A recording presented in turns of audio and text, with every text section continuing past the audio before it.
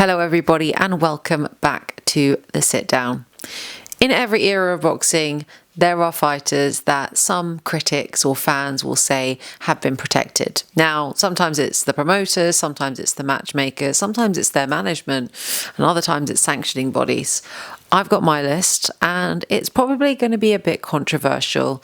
I know I'm going to upset you with it, but I want to get into it. So, the four boxers that I think, or rather three current boxers that I think are being protected in today's era are, obviously, can't go an episode without talking about him, Mr. Conor Benn, number one.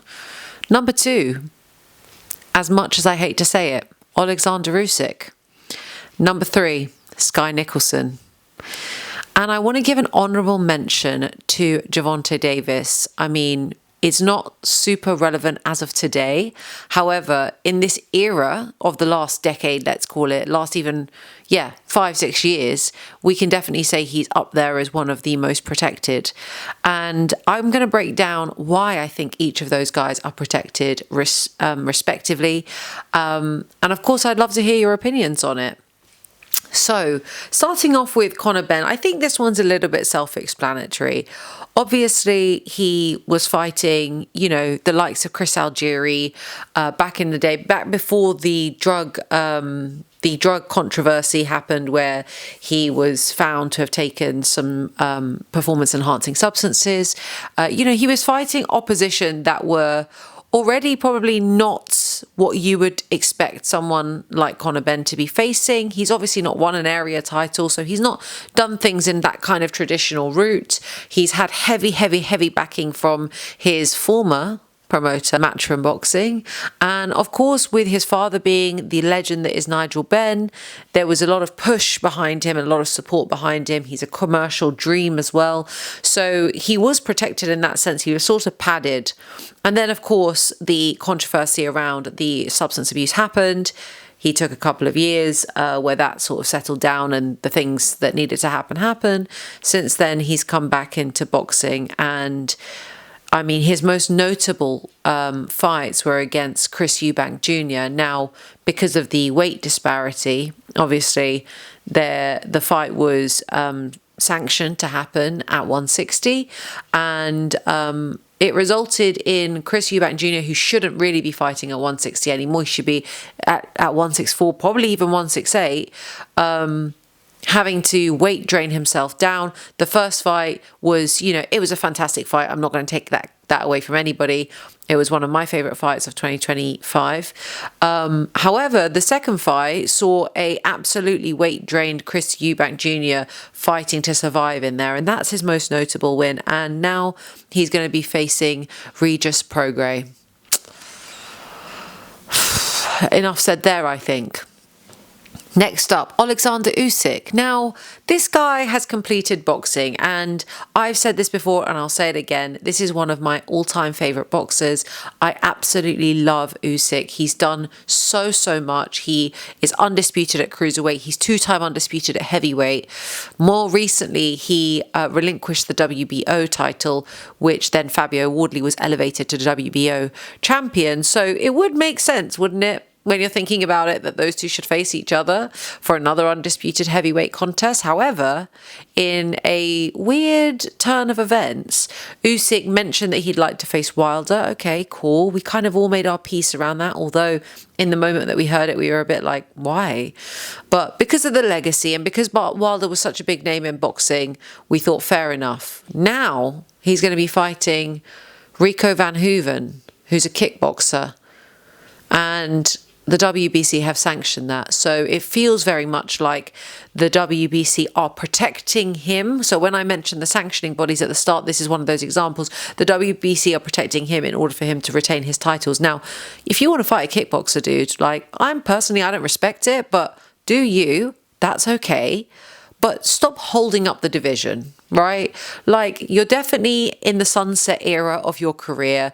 If you want to go out and fight some people that are a bit off-piste, fair play. But I think that it's pretty ridiculous to hold up the division, and it's pretty ridiculous to have the support of sanctioning bodies in order to do so. That's Usyk covered. All right, let's move on. Miss Sky Nicolson, look, no one is saying that she is not a technical boxer. No one's saying she's not a good boxer. You know, Sky fought in the Olympics. She did very well. She's a very technical boxer. And, you know, for people who really, really enjoy boxing technicians and that kind of like purest form of boxing that's like hit and don't get hit and it's all movement and it's all defense, Sky's your girl. She's fantastic. She's got wonderful footwork, lovely jab, lovely check hook. However, it's pretty fair to say that she had an easy route up to the top, right? She became WBC champion. She didn't really face anyone super noteworthy. And when she lost her WBC championship, she then moved down a weight division and now she's, you know, she's attempting to the route back up to the top, you know, in the lower weight division. And okay, fair play. You want to do it in another weight division, that's fine.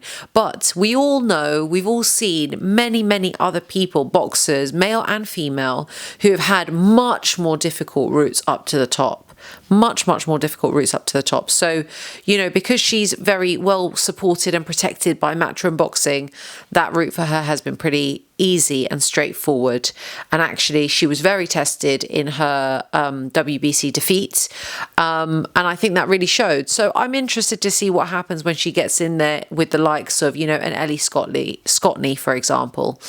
That's for number 3. Now let's talk honourable mention, Gervonta Davis. You know, the guy's so exciting. He's such an exciting fighter. There's no doubt about it. He's obviously very good at what he does. He's so explosive and his offense is so fantastic. Defensively a bit leaky from times. He is hittable and he is beatable. And perhaps that's why in the era of like, I don't know, 2018 to 2022, ultimately, you know, you had the likes of Teofimo Lopez, Shakur Stevenson, Devin Haney, Vasily Lomachenko ruling that division between, 2019 to 2024. And those are some names that he should have got in there with. 100% he should have got in there with. And I think that he just didn't want to get in there because he had some notable wins. He had some amazing knockouts to go on the knockout reel. But how would he have really fared up against those guys? Now we'll never know. Obviously, he's sort of, you know, not in a place where he can box. So yeah, very much protected. His record was very much protected. And it's such a shame that we didn't get to see some of those fights. Now, this is an interesting one because I don't actually believe that this guy is being protected. I believe that this guy is being developed. And I think he's also been avoided as well because of his phenomenal power, phenomenal talent. However, my producer thinks that I am being very selective in not saying that Moses Itauma is another one who's being protected. Now, his argument is that because he avoided taking the fight against Frank Sanchez for the IBF mandatory, he ultimately, in some way, avoided the route to Usyk because it would have put him in mandatory contention for that fight with Usyk and he didn't take it. Now, personally, I feel like, you know, his team were like, you know what, we actually haven't had enough rounds up until now to take that fight. Like, we want to develop this kid further. He's super young. He is an extraordinary talent, but he is still young. He's not experienced. There's no doubt in my mind that if he faced Usyk at this stage, that Usyk would win that fight. However, you know, I think quite logically, the team decided to go a different route. And I think that that's fair because Moses has not actually had that many rounds because he keeps getting guys out of there. Luckily, we get to see him back in action on March 28th against Jermaine Franklin, which I think will be a good fight and hopefully Jermaine can get him some rounds. Anyway, guys, I know you lot won't probably agree with that list. I'm very interested to know what you guys think. Don't hold back. Let me know in the comments if you think I'm absolutely tripping or if you think that I'm onto something. And let me know, of course, who you think the most protected boxers of this era are as well. In the meantime, don't forget to share, like, comment, subscribe, and we will catch you on the next episode of The Sit Down.